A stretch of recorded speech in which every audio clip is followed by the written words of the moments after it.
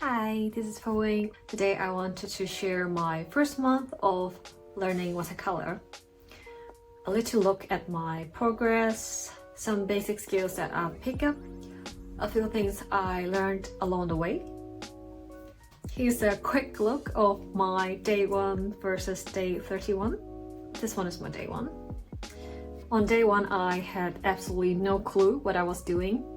It was just color on paper, really. And then on day 31, I still don't fully know, but I have started to develop a feeling. At the beginning, I was completely carefree. These were my first 3 pieces. I was just messing around. I didn't even find any reference, so they look pretty chaotic. I think starting from this one, I found a reference from Pinterest. I have started looking at articles and videos, try to understand the basic rules. Here are some things I learned. The first one is to avoid using white and black directly. I don't think a lot of professional watercolor artists will touch black or white.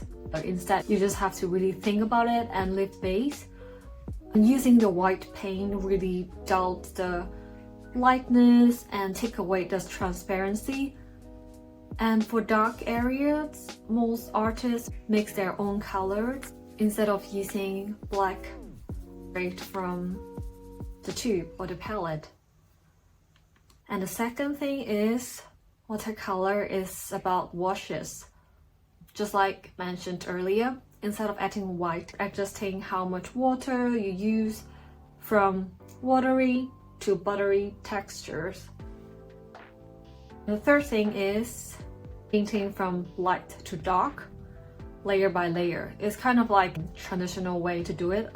Later on, I learned that some people will tend to have an undertone paint, so they use like purple or some color to create a layer.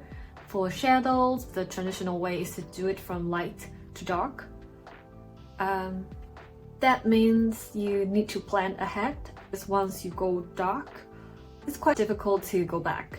When I look up for videos and tutorials, some artists actually recommend converting your reference photos to black and white to better identify the lightest and the darkest areas, so you can think about it before you start applying all the layers. I found that could be helpful for beginners to train your eyes to focus on the darkest and the lightest, to bear in mind what are the white space you have to avoid. As time went on, I started to feel more in control and began developing a sense for timing. Let me quickly share my top 5 favorites of the month. My first one is this very simple one, but I quite like the lightness. The second one is this tulip. I try to use a little bit of like purple undertone to create little shadows. And the third one is also flowers. I like the layering and the choice of colors, and it does bring out that like delicate transparency of watercolor. And then there's this random cute duck. It doesn't have a lot of details, but as a beginner, I think this is one of those I try to use just maybe like mainly 2 to 3 color. Yeah, for me, I feel like sometimes having too many colors could be quite distracting. If you try to reduce to 2 to 3 main colors, you kind of force yourself to focus more on the transparency and the texture. How much water are you adding, rather than like you are being so distracted by all the options and colors and possibilities that you have. So I found it helpful to practice with just one color or 2. And the last one is the day 31 piece. To be honest, this is not what I expect in terms of color.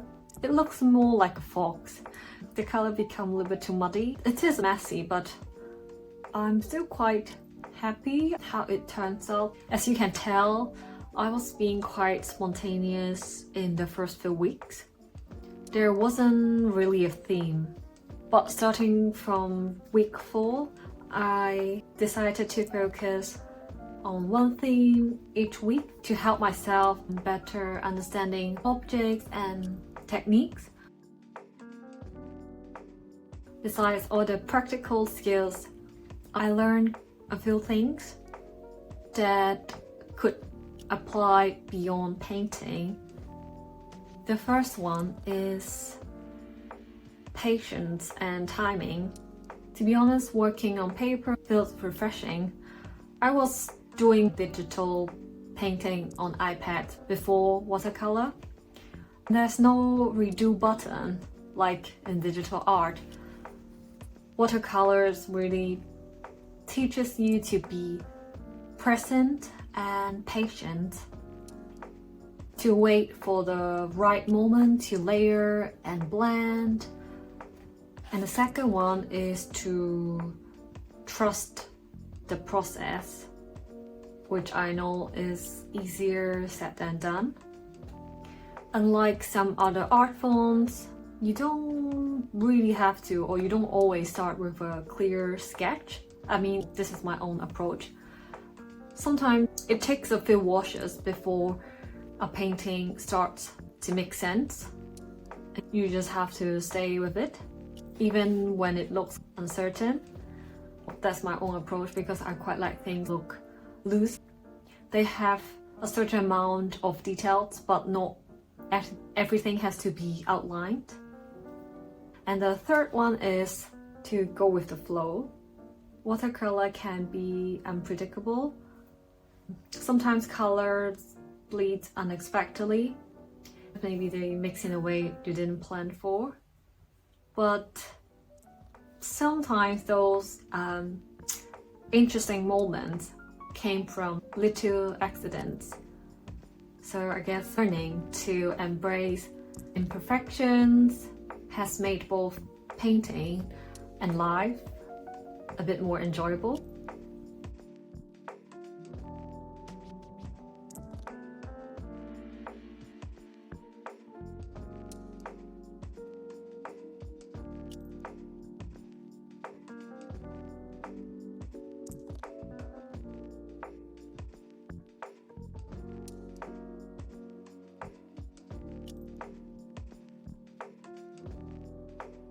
So these are my progress of day 1 to day 31.